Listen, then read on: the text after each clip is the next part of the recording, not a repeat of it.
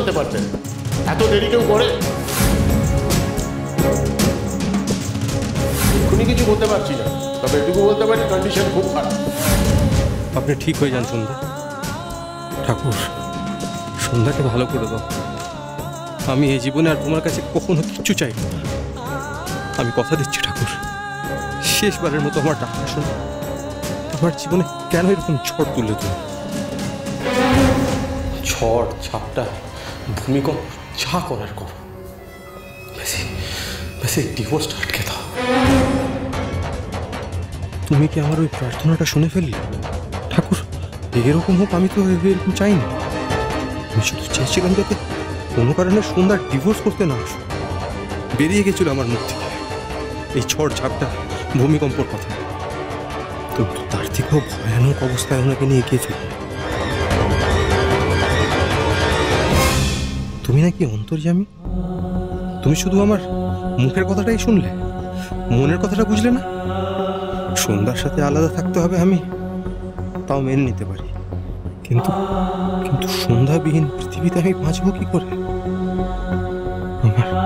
আমার প্রার্থনার জন্যই আজকে সন্ধ্যার এই অবস্থা। শুধু আমার প্রার্থনার জন্য বলছি কেন, যা হয়েছে সবকিছু তো আমার জন্যই হয়েছে। এই সবকিছু হচ্ছে একমাত্র তারার জন্য। তারার জন্যই আজ তিনটে জীবন নষ্ট হতে চলেছে।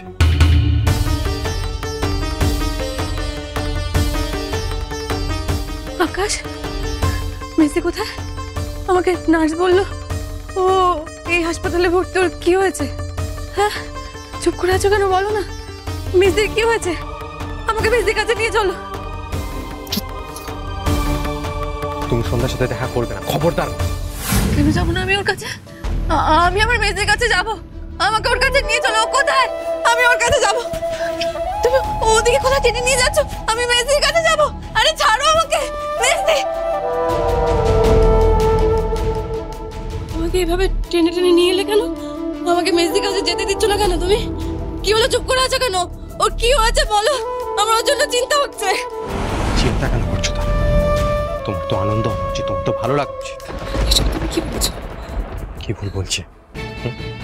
তোমার দিদিকে নিয়ে আজ জমে মানুষের টানাটানি করছে, সেটার জন্য না শুধুমাত্র তুমিই দায়ী। তোমার তো ভালো লাগা উচিত। চুপ করো তুমি আকাশ, তুমি আমাকে এসব কথা বলছো কেন?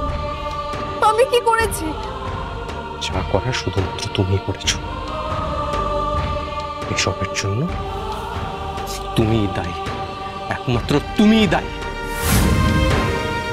তুমি কেন তুমি কেন আমাকে সন্ধ্যার সাথে বিয়ে হয়ে যেতে দিলে?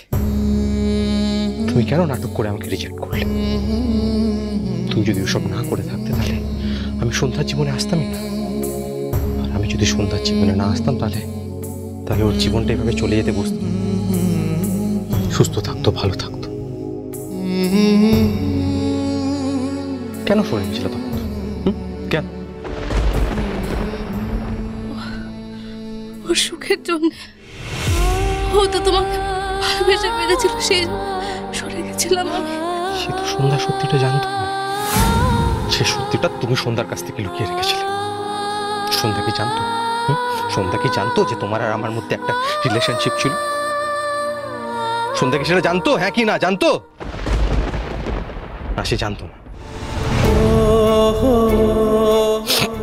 যদি সন্ধ্যা জানতো যে আমার আর তোমার মধ্যে একটা সম্পর্ক আছে, তাহলে সন্ধ্যা কখনোই এই বিয়েতে রাজি হতো না। তুমি তো আমাকেও জানো যে সন্ধ্যা তোমার মেজদি। তাই রাগের মাথায় মায়ের ঠিক করা বিয়েতে হ্যাঁ করে দিলাম। তুমি কি আমাকে সন্ধ্যার আসল পরিচয়টা বলেছিলে? সন্ধ্যা কে, যে সন্ধ্যা তোমার মেজদি, তুমি কি বলেছিলে? বল, তুমি তো সব জানতে। তুমি কেন একবারের জন্য ভাবলে না, নিজের মাথা ইউজ করলে না তুমি, যেটার জন্য ভবিষ্যতে প্রবলেম হতে পারে, সমস্যা হতে পারে? এখন আমরা আর কি করব? একটা কথা তখন আমি মানছি, তখন যদি সন্ধ্যা সব জেনে যেত তখন তাহলে বিয়েটা ভেঙে যেত, তাহলে ওর কষ্ট হতো। আরে সেটাও ভালো হতো, আজকে তো ওর জীবন যেতে বসেছে। একটা সহজ সরল গ্রামের মেয়ে বেচারি কি জটিলতায় পড়ে গেল তোমার জন্য, শুধুমাত্র তোমার জন্য।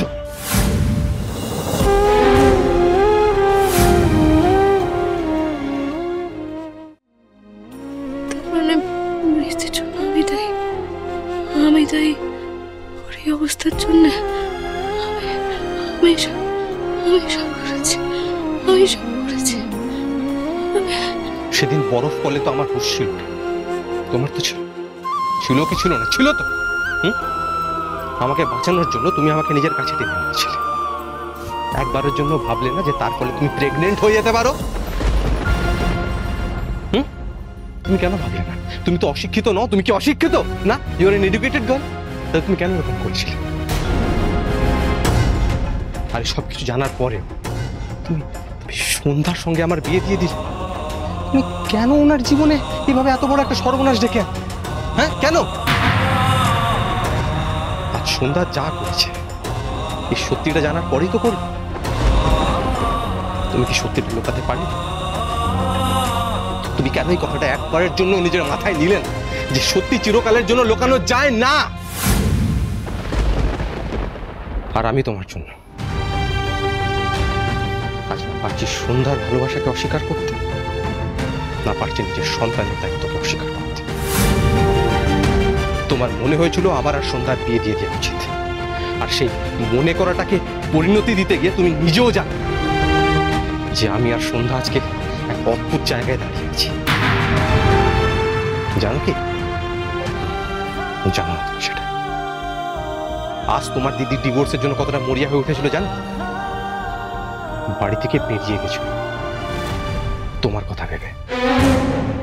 নিজেকে মহান করার চেষ্টা করেছিলে তো। কি ভেবেছিলে সত্যিটা লুকিয়ে স্যাক্রিফাইস করলে সব ঠিক থাকবে? নেই নেই নেই, কিচ্ছু ঠিক নেই, কিচ্ছু ঠিক নেই।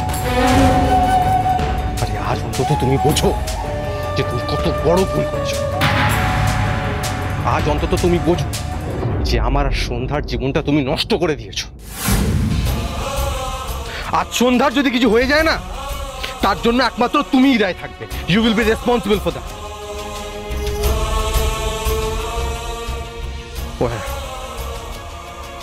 সন্ধ্যার যদি কিছু হয়ে যায়, আমি তোমাকে ছাড়বো না, কিছুতেই না।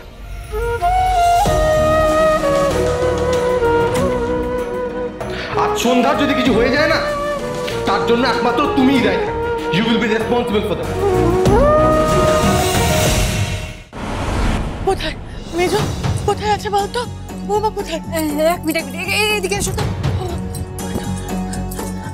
আমার বৌমা কোথায় আছে? এক মিনিট, সন্ধ্যা কাঞ্জিলাল কোথায় ভর্তি আছে বলবেন? বুঝতে পেরেছি, কিন্তু উনি তো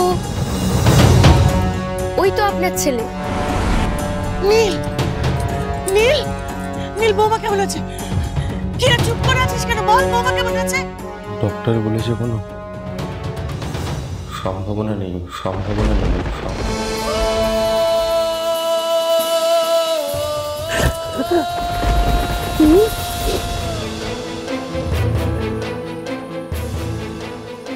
মনে হয় না ডক্টর আর ওনাকে বাঁচাতে পারবে না। ওনার তো আগে থেকে মাথায় চোট ছিল না, এখন সেই জায়গাটা তো দুর্বল, মাথায় আবার আঘাত লেগেছে। আগের ওটা তো বাঁচিয়ে নিয়ে চলে এসেছিলাম মা তোমার মেয়েকে, এবার আর পারলাম না মনে হচ্ছে। আমার কথা শুনলে সত্য দেখিস, বৌমার কিচ্ছু হবে না, আমি তোকে বলছি। এই দেখ, আচ্ছা আমি নিজে ডাক্তারের সঙ্গে কথা বলবো। হ্যাঁ, কোথায় ডাক্তার বল?